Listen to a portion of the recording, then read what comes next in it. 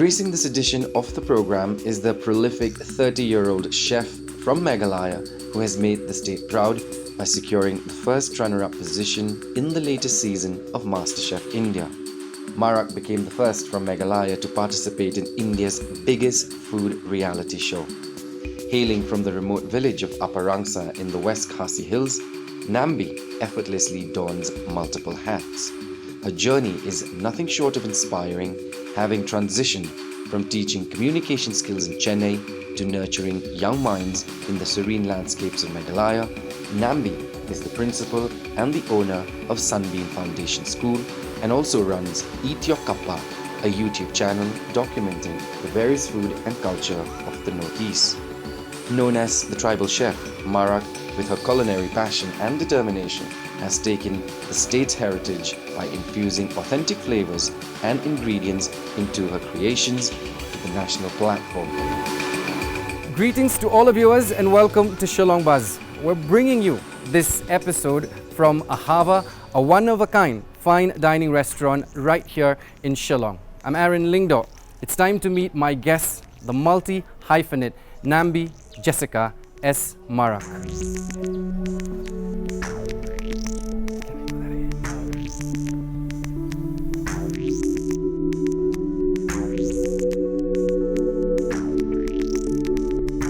Nambi, it's a pleasure to have you with us and I welcome you to the show. Hi Aaron, it's my pleasure to be here. Well, you are the first runner-up in India's biggest food reality show, MasterChef India Season 8. How does that make you feel? It feels like I have achieved something really big in my life. I never imagined myself that I would participate in a competition like this and end up being the first runner-up. So I think it's an achievement and I'm so proud of it. Well, it is an achievement in itself. Not a lot of people get to see the grand kitchen and the grand platform. Having said that, who do you attribute this big win to? Hands down, it has to be my partner, my husband, without whose support I wouldn't have been able to be in the MasterChef kitchen for like 3 months or so, and everything at home would have crumbled if it wasn't for him. So he handled everything, took care of the school, took care of our daughter, took care of the farm. So he was Superman for the 3 months that I was gone missing. Yeah. He's not just the Superman for the 3 months, he's also the ever-willing taste tester for all of your creations. Can you tell us a little bit about that? I mean, like there's always a bit of competition between my husband and I in the kitchen. Okay. But I honestly feel he cooks better than me. Right. I mean, he does criticize a lot. He'd be like, okay, this can be done, this can be done. So I think that's where it comes from. Right. Even in the MasterChef kitchen, I always think, okay, this can be altered, this needs to a little bit more spice or sweetness or whatever it is. I think it has helped a lot. True. So when did you realize your love for cooking? Has it always been there? When did you realize that yes, there is this inclination and this is something, my space, that I really want to take it forward in life? Right. So I've always been someone who was very independent, especially from a very young age.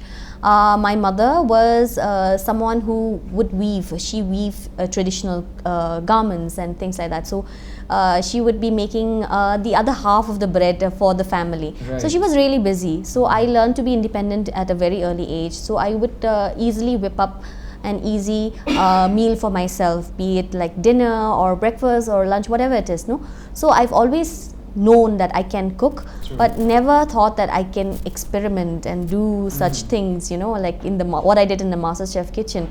So I think the love for cooking came when I discovered that there was an ardent need to document our cuisine, especially when I was studying outside in Chennai, and I started longing for home food. Right. After I got tired of the masala dosa and the biryani.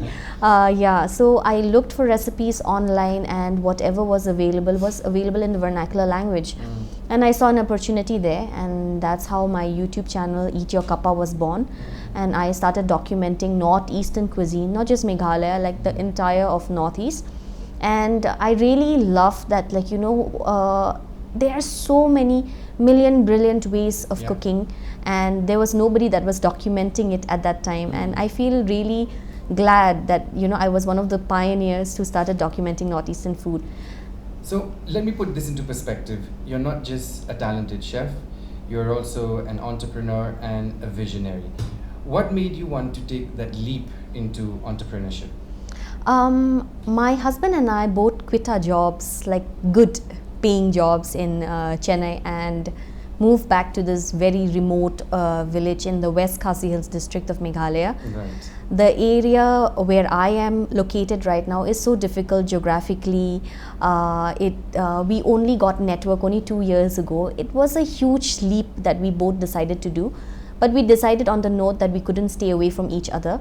And we thought, okay, you know what, since we have moved here, we need to make something out of this farm. We need to have, to be able to have bread and butter on the table. True. So we started the farm, and my husband and I have always been in an educational field. So as the farm, we started having plans on how to build up the farm and all of that.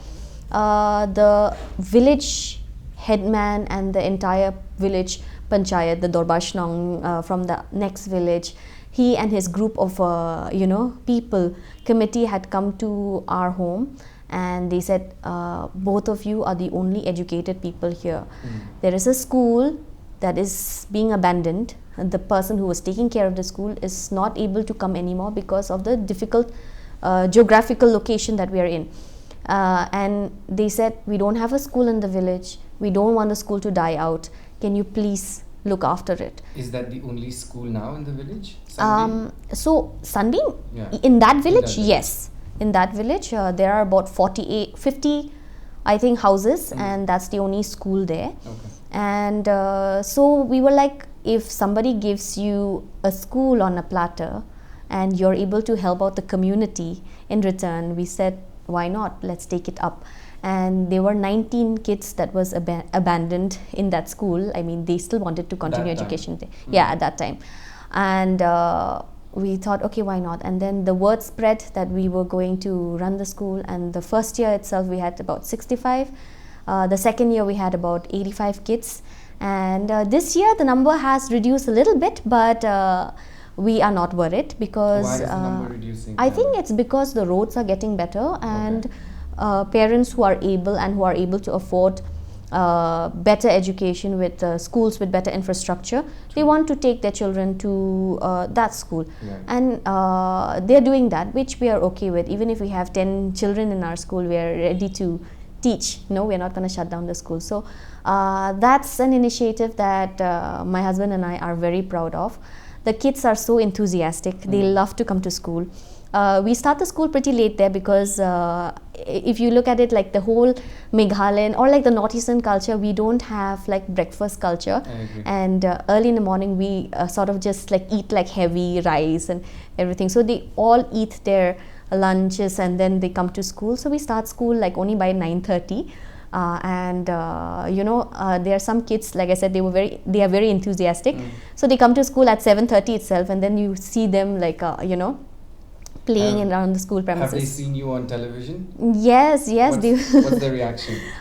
They are very happy, and they were also part of the shoot for the MasterChef backstory, and it was really fun. Right. They got to be a part of national And TV. Even your daughter, she's what, 5 years old? Yeah, she's 5, So yeah. what was her reaction? I mean, she also went to the MasterChef kitchen and had a little bit of an interaction, probably. Yeah, she was basically just cursing all the Okay. time. She was like, "Oh my God, mommy, not again! Don't go again, please." She's had enough of me just disappearing. True. So yeah, I mean, she really did enjoy her time there. I mean, people in the sets loved her. So yeah, she did enjoy a little bit of. Brilliant. Yeah. So, Nambi, I want you to talk to us a little bit about the fact that you are a mother, an entrepreneur, a chef. How does humans juggle all of that? I mean, people think I live this luxurious life in Luxurious life. Yeah, Okay. in a farm, with this beautiful setting, no pollution and everything. But I hustle every day. I get up in the morning and it's like I don't have time to sit and have tea. Right. There's so much work be it the farm, be it the school, be it taking care of household chores. It's just I'm always on the run. So yes, as we all know, being a mother is not easy, but like I've had very supportive, I have a very supportive partner, and my parents are also very supportive. So I think we are all working together towards achieving this dream that my husband and I have sort of planned it out. And I think I'm juggling pretty okay. I mean, okay. I think Not pretty okay. In my perspective, you're juggling pretty well.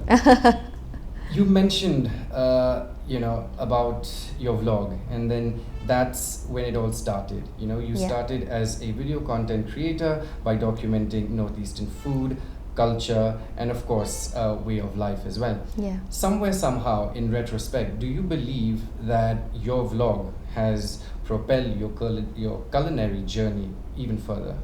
Absolutely, it is definitely the blog, because not only was I one of the first person who started documenting Northeastern food, my channel got a lot of publicity. And you know how it works, like these media houses, they recognize you, and I remember, yes, you got like a lot of your media coverage, be it the Hindu, Outlook, etc. Yeah, I mean, I think everyone had covered my story. So I mean, I have been very lucky in that perspective.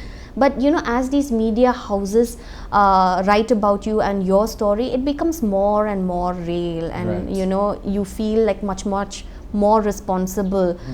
So I think yes, the my YouTube channel, my video log has been a source of me propelling to the culinary field now. In fact, even for MasterChef, I didn't fill out a form to go and audition. Okay. I got a call from them, and they called me and they asked me if I wanted to participate. And I'm guessing the people who were looking for talents, they sort of looked for research online, and they saw people who might be able to participate, and I think that's how I got noticed. And I thought, okay, why not, let's do this as well. So that means the vlog had obviously Yes. played a very important role. I want you to dwell a little bit on your food processing unit. How do you pronounce it? Is it Akawe? Yeah, Akawe. Yeah. Akawe. Yeah. Okay. So I find it very intriguing because you have like your own distillation unit. What is it all about? Tell us more. Yes. Like I said, when my husband and I left everything and came back to the village, we had this piece of land, and we needed to do something with it. I mean, there was already areca nuts, but then I think at one point of time, I think betel nuts will sort of also, dwindle away. So we thought, okay, we need to have another plan. And we decided to, research online, and we thought, okay, why not try lemongrass? And then, we got into these pages, Facebook pages, and we did research online about like lemongrass oil, and we saw a lot of profit in that. And then we thought, okay, why not? And then I applied for a loan, zero interest loan via Prime Meghalaya, and then I got that as well. And I ordered for the distillation unit, and after I got the distillation unit, then we discovered that there are more oils that we can distill, especially being in a place like where I am from. There are betel leaves, there are bamboo leaves, there are bay leaves, and then we have the lemongrass that we're growing. So we discovered a lot more opportunities and a lot more ideas to use the distillation unit for. So right now we are making bay leaf oil and lemongrass oil as of now, but we do have plans to make use of betel leaf as well to produce the oil, because a lot of pharmaceutical companies use that for medicinal purposes. So yeah, so it just started off as how do we make bread and butter for ourselves in this piece of land that we have, and that's how it started, and it's been going okay. I have not sort of like propelled into like this great business person right now. I mean, we're still struggling, we're still finding new things that we need to learn every day. But the thing is that I think we'll get there. Okay. Yeah. Well, that's fair enough. At least you're starting, and it's heading towards the right direction. Yeah. You know what I mean? Let's get back to the competition, because you were up against 3 very talented chefs, and of course they were your finalists, right? Yeah. Their names, Rukhsar, Mohammed, and Suraj. Yeah. Were you nervous at any point? I wasn't, up to get to that point itself was a big win for me. And after that point, actually on the grand finale, I was so happy. I had so much fun doing my final cook off.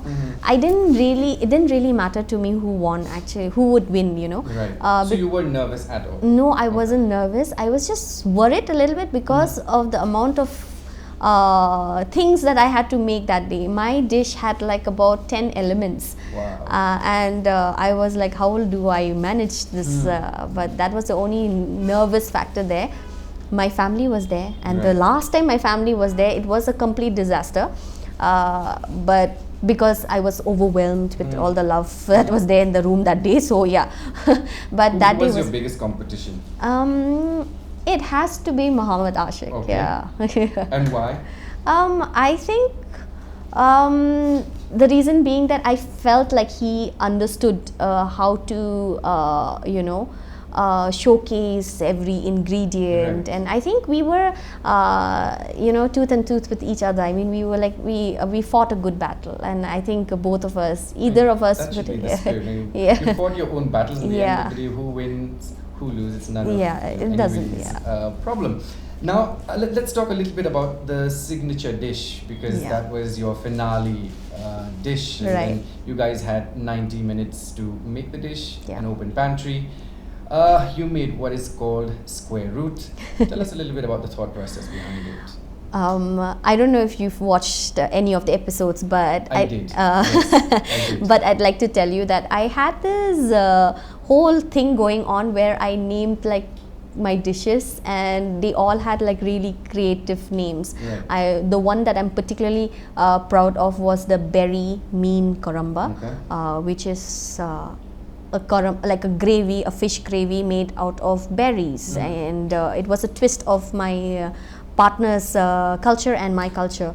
And I made a very mean karamba, and it was a very mean karamba, and they loved it. Right. So the final dish, I named it square root, because I decided to make use of everything that grew out of the roots, root vegetables and everything, all of that, and also connect my roots and my husband's roots, and to both of our roots together makes a square root. I also had this idea to have like the square root tuile, but cutting that out, they didn't show that on camera, but like cutting that out and getting the tuile in that size was very difficult, so I failed several times. I don't know if you had seen, but it was it was very tensing at the end. I was very happy. It didn't really matter who won, but I wanted to complete my dish. So time constraint was a big problem, but I'm so proud of the idea behind it. Like I called it square root. It was my husband's roots and my roots together, and it's square root, and like Avira, my daughter, is like a product of our square root. Wow. Very thoughtful. So what was the most difficult challenge for you during the competition? It has to be the Marco Pierre White challenge. Okay. It was a challenge where we had to use 250 ml of water for our cooking, and we had to make use of vegetables or ingredients that would produce water to make our dish. So we had 15 minutes where we are not supposed to use any electricity, gas, nothing. And 15, yeah, exactly, 15 minutes of no electricity, no gas. Another 15 minutes only electricity. The other 15 minutes was just gas. So that's the twist. Yeah, that's a twist. And then the last few minutes was you could use everything like electricity, gas and everything, but we had only 250 ml of water. So that was a huge challenge. I didn't even need to do this challenge. I was safe. I was up in the gantry, but it was Marco Pierre White who was there that day, and there was history being created in the MasterChef kitchen. And I thought, who cares? Today, if I have to go home because of cooking for Marco Pierre White, I don't care anymore. I've won already. So I sacrificed my safety, and then I came down to cook for Marco Pierre that day, and he loved my dish. Wow. Now looking back, Nambi, what is that one learning experience that you had from being at MasterChef in the past 2-3 months that you were there? I think it has to be the people that I met during the challenge, be it the great chefs or be it the fellow contestants. It was such a learning and an eye-opener for me. Everyone had a story to tell, and I had learned in the MasterChef kitchen, even while being in the gantry where you're watching others do the task. That's a learning experience. So for me, it was a whole new level of learning experience, meeting incredible people with incredible stories, and these great chefs from where they started and to where they have reached today. So the whole journey was just about meeting these amazing people, from the person who did my makeup to the person who put on the mic. The one thing that I missed about on the last day of shoot, which was always emotional because it took us about 3 months, this person who checks the mic, and then I told him, for the last time, David, mic check, 1 2 3. It was such an emotional thing. So I think from my hairdresser to everyone on the sets, we've all just made like this amazing connection, and the amount of professionalism that is there in the MasterChef was something that I learned, and it was a new thing for me too. So everything about MasterChef was a learning experience for me. The takeaway that I have was meeting incredible people, and I agree to you. It's always emotional, and it's an entire team and entourage that works. And I believe every word you just said. Since we're talking about food, what do you think of the culinary scene here in the Northeast?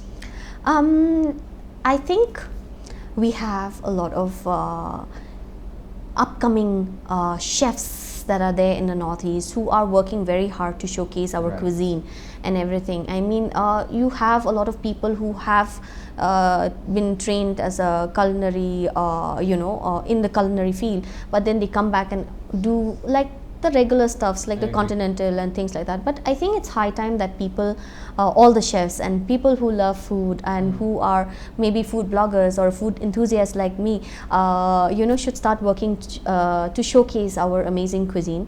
It's high time that people know about it, and how we people from the Northeast, people from Meghalaya celebrate every ingredient. There is no base for curries for us. We celebrate, we can taste every ingredient in our food, and it's beautiful. And it's so, I keep giving this example to every interview that I do. I had a chef from Paris called me once, not call me, I mean we got in touch via my YouTube channel, and he asked me for a few recipes from Meghalaya. And then I sent him a few lists, but then I said these two are my favorite, which was the dot neyong and the kappa, and then he incorporated that in his menu, and it was sort of like a pop-up week kind of a thing, and it ran so well. The kappa and the dot neyong ran for an entire week in Paris.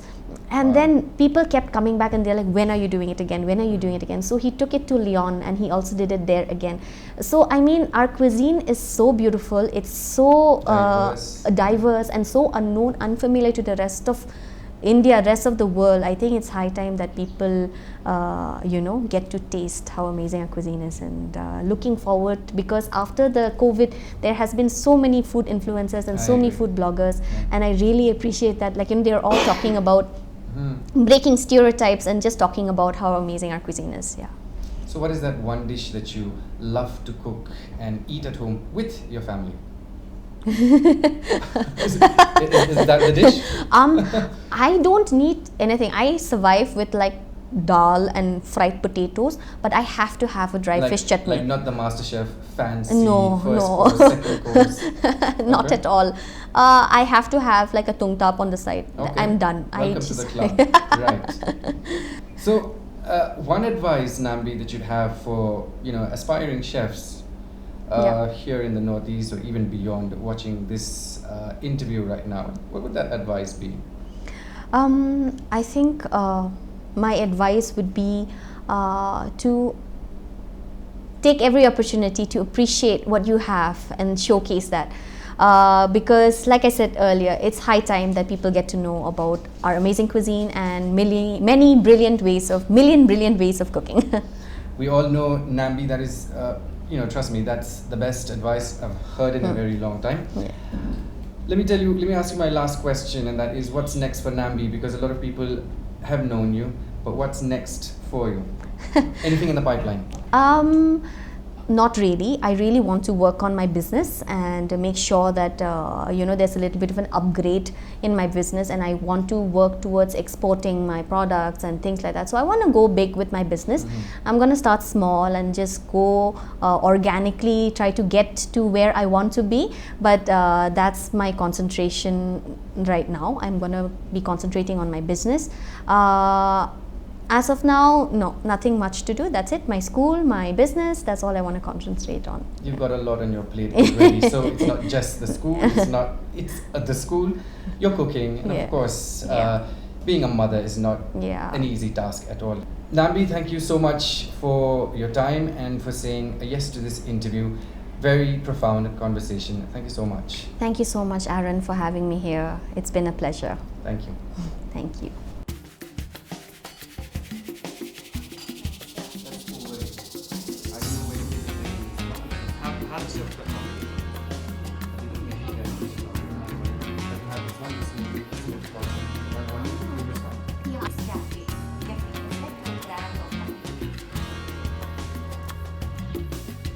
Well, Nambi has successfully showcased the vibrant and rich culinary heritage of Northeastern India with finesse and has been felicitated as the cultural and culinary ambassador of the state of Meghalaya. Now, her culinary prowess undoubtedly has left an indelible mark not only on the grand stage, but also in the hearts of many across the region and beyond. I'm Aaron Lingdo. Thanks for watching.